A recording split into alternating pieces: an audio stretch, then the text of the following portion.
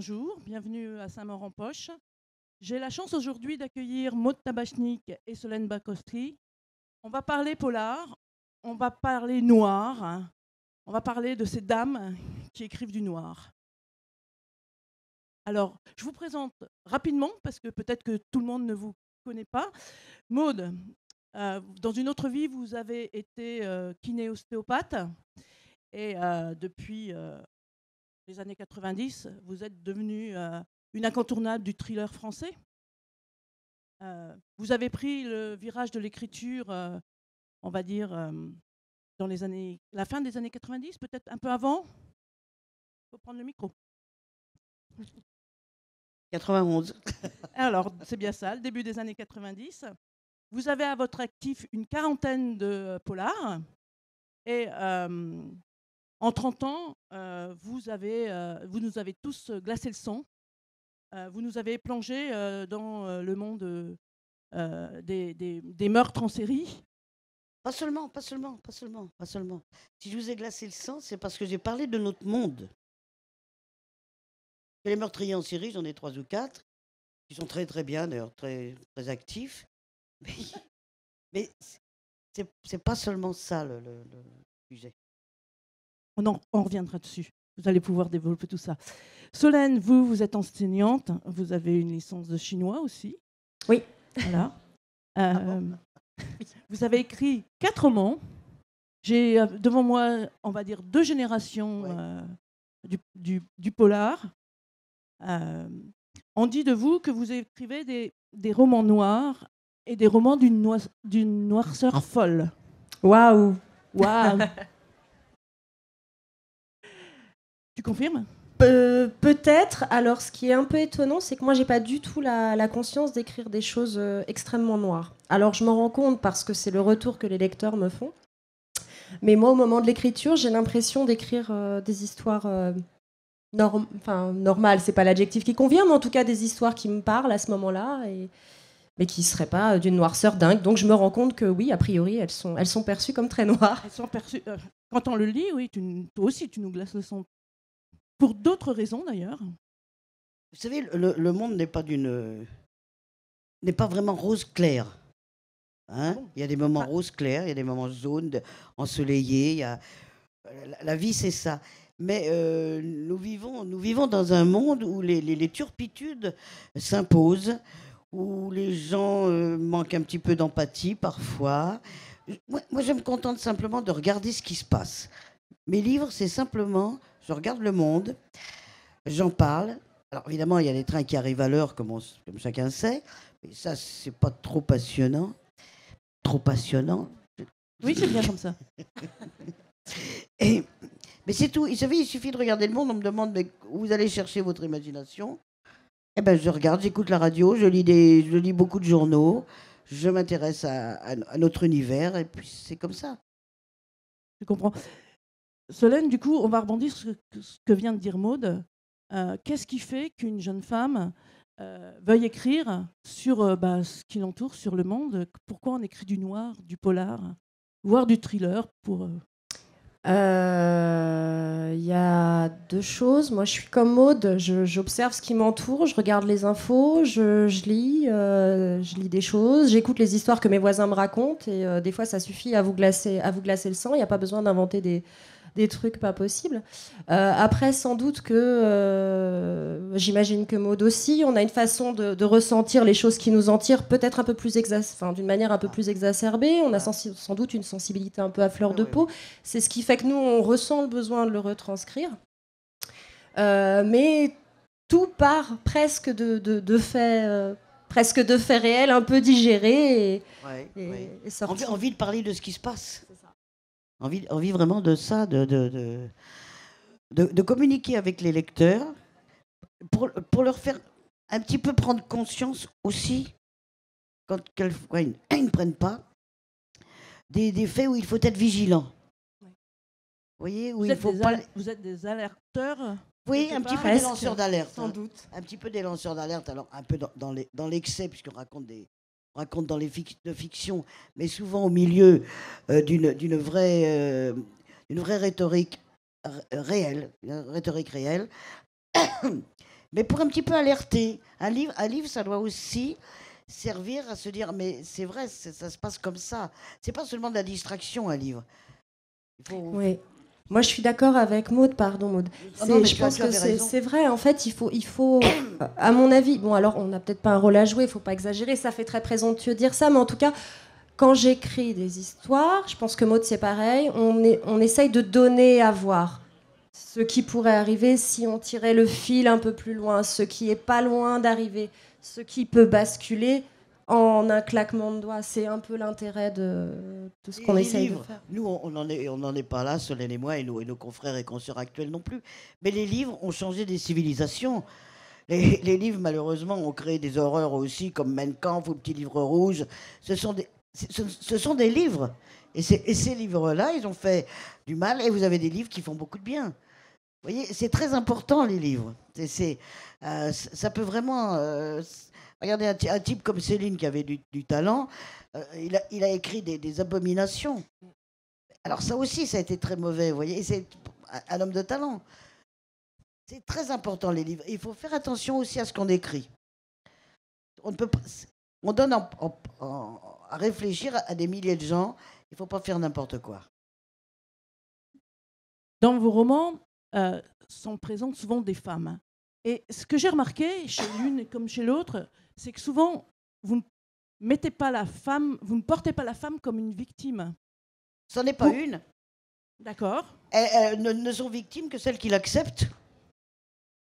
C'est pas inscrit dans les gènes, la victimisation. C'est ce que j'allais dire, oui. On n'a pas le capital génétique de la victime, nous, forcément. Pas. Il y a des hommes qui sont victimes de femmes, des femmes qui sont très calculatrices, comme des hommes qui sont aussi très calculateurs. Il y a des manipulatrices, il y a des tueuses, il y a des... Enfin, pas beaucoup.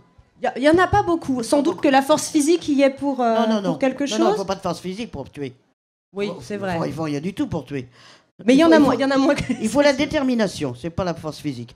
C'est la détermination et puis c'est la violence. On leur a pas appris la violence, on leur a pas appris à se défendre. Maintenant, ça commence à aller mieux. Donc on va avoir plein de tueuses. C'est la bonne nouvelle, j'allais le dire. Oui, c'est une bonne nouvelle parce qu'il y aura moins de tueurs. C'est vrai. Mais justement, pensez-vous que la femme ferait un meilleur criminel ? Il y en a qui sont très bons chez les hommes. Non, je pense que ça. Il n'y a pas d'hiérarchie dans la qualité. Mais les femmes, on ne leur a pas appris. Les hommes, ils vont à la guerre, ils se battent dans les cours de récré, oui. Tandis que les petites filles, elles lisent des livres où elles discutent. Vous ne m'avez pas connue dans la cour de récré. Hein. Alors tu fais peut-être partie des exceptions, Geneviève. Moi, j'ai jamais été une victime de ma vie parce que je ne lisais pas dans les cours de récréation spécialement. Mais moi, je me souviens que les petits garçons, ils se donnent des coups tout de suite, on ne sait pas pourquoi. Et les petites filles les regardent avec beaucoup d'étonnement. Qu'est-ce qu'ils ont à s'agiter comme ça pour rien? Mais ça leur donne pas... elles n'y pensent pas. Oui, il y a sans doute encore une histoire d'éducation là-dedans. De toute façon, il y a qu'à... Enfin, moi, dans ma famille très proche, moi, j'ai une fille qui a 10 ans. Ça m'est jamais venu à l'idée de jouer, par exemple, au catch avec elle. Elle a un cousin qui a 10 ans, si tu me regardes, coucou. Et ben lui, oui, son papa joue au catch avec lui. Pourquoi tu ne joues pas au catch avec ta fille? Mais je ne sais pas, parce que ça m'est pas venu à l'idée. J'aime pas jouer au catch. Voilà. C'est pourtant drôle de se bagarrer. Je suis sûre que c'est drôle. Alors moi, je me bagarrais quand j'étais petite. Moi, j'organisais dans la cour de récré des concours de bagarre. Les filles contre les garçons. Et alors, ça dépend. J'ai encore une cicatrice, d'ailleurs, d'un gars qui m'avait poussé par derrière. Toujours. C'est très vilain. Très vilain. Très vilain. D'accord. Non, mais ta fille, il faut lui apprendre à se défendre. Oui. Hey. Ah bah non, mais ça, c'est sûr. Il faut lui apprendre à donner des coups et à les recevoir.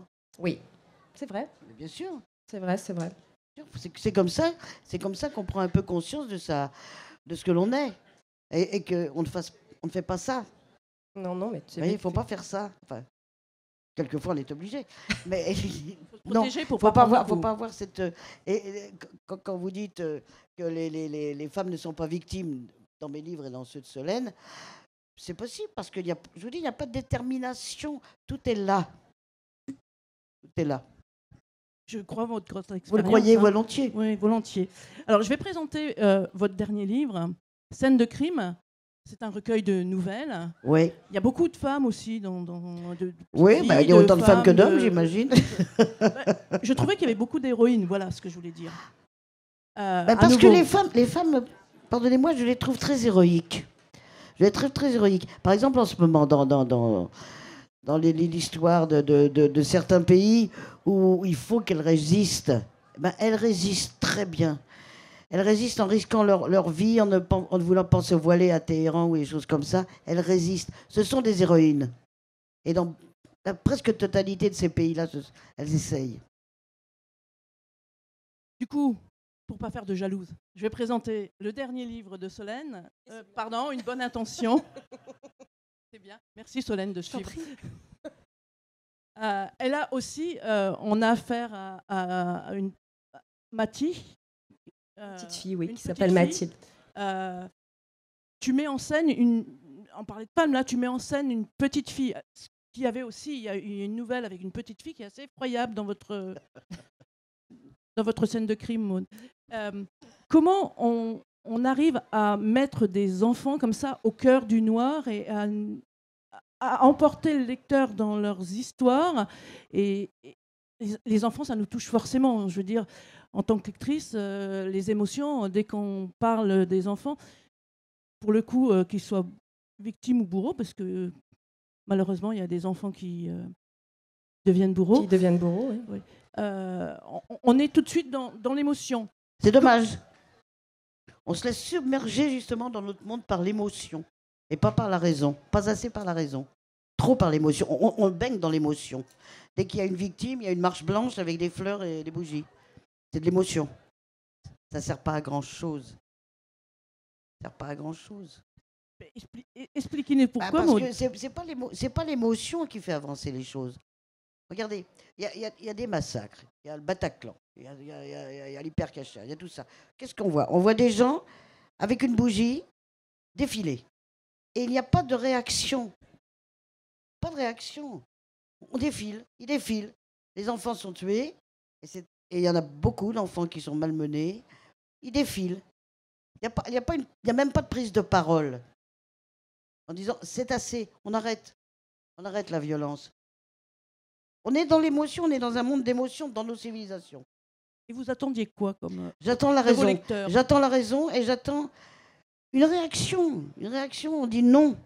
Non, on protège les enfants, on punit les terroristes, on fait quelque chose. On ne reste pas à défiler avec une fleur.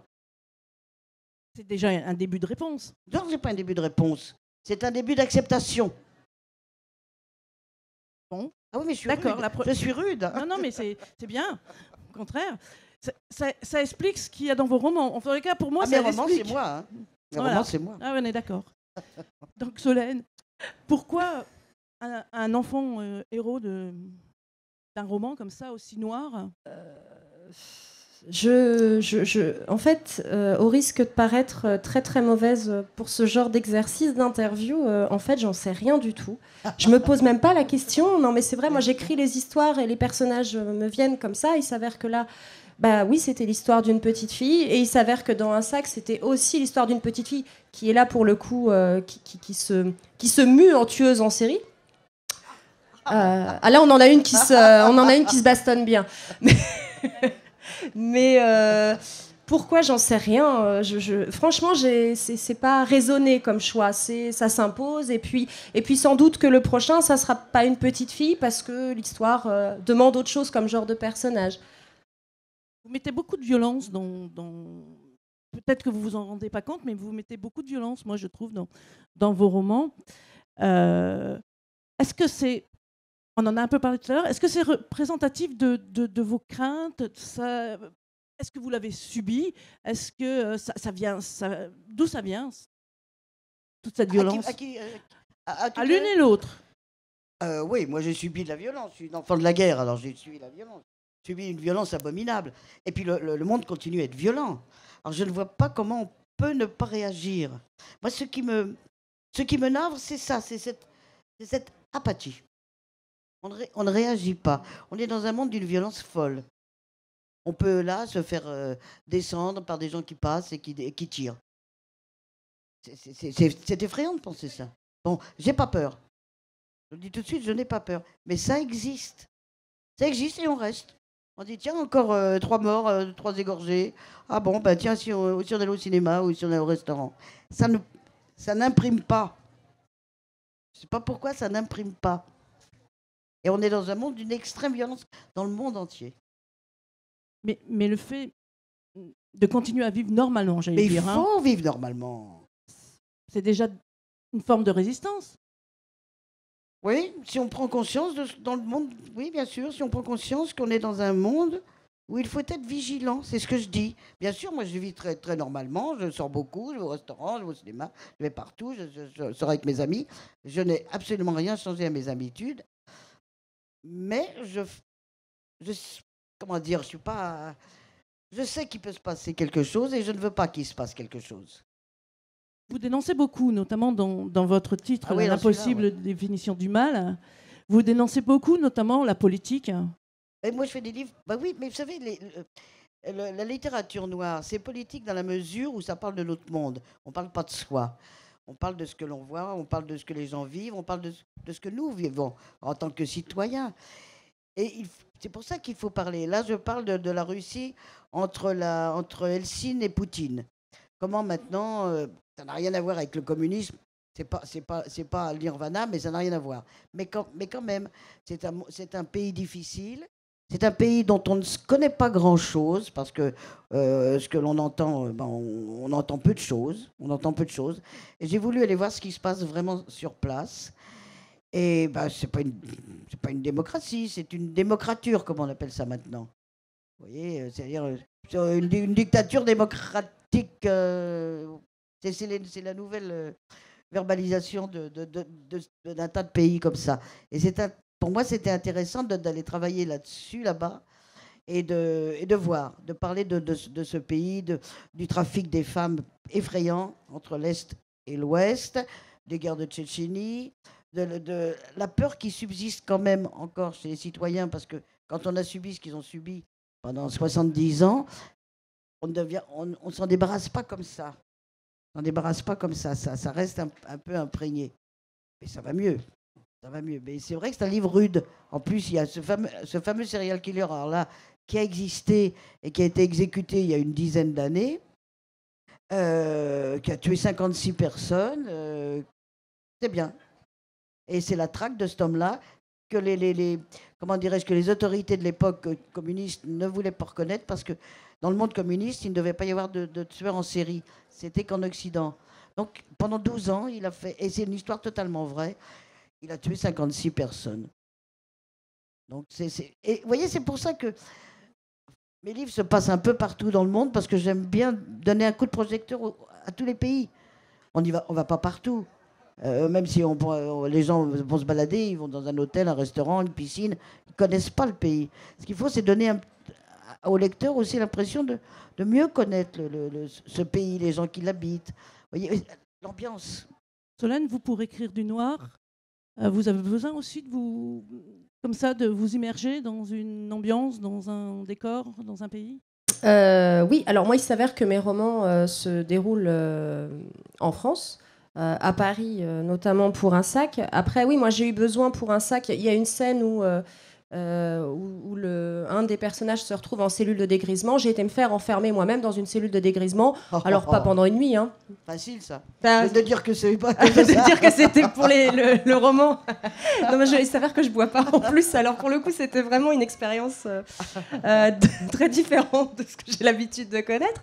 Mais oui, j'ai eu besoin, parce que pour décrire, il me semblait qu'il fallait que ça, pour rendre la chose crédible, il me semble que c'était important de savoir ce que pouvait ressentir un type derrière cette porte qui se ferme. Qu'est-ce qu'on ressent à ce moment-là, alors qu'on a juste, on n'a pas forcément fait la connerie de sa vie, on a juste picolé un peu trop, puis on s'est retrouvé sur la voie publique.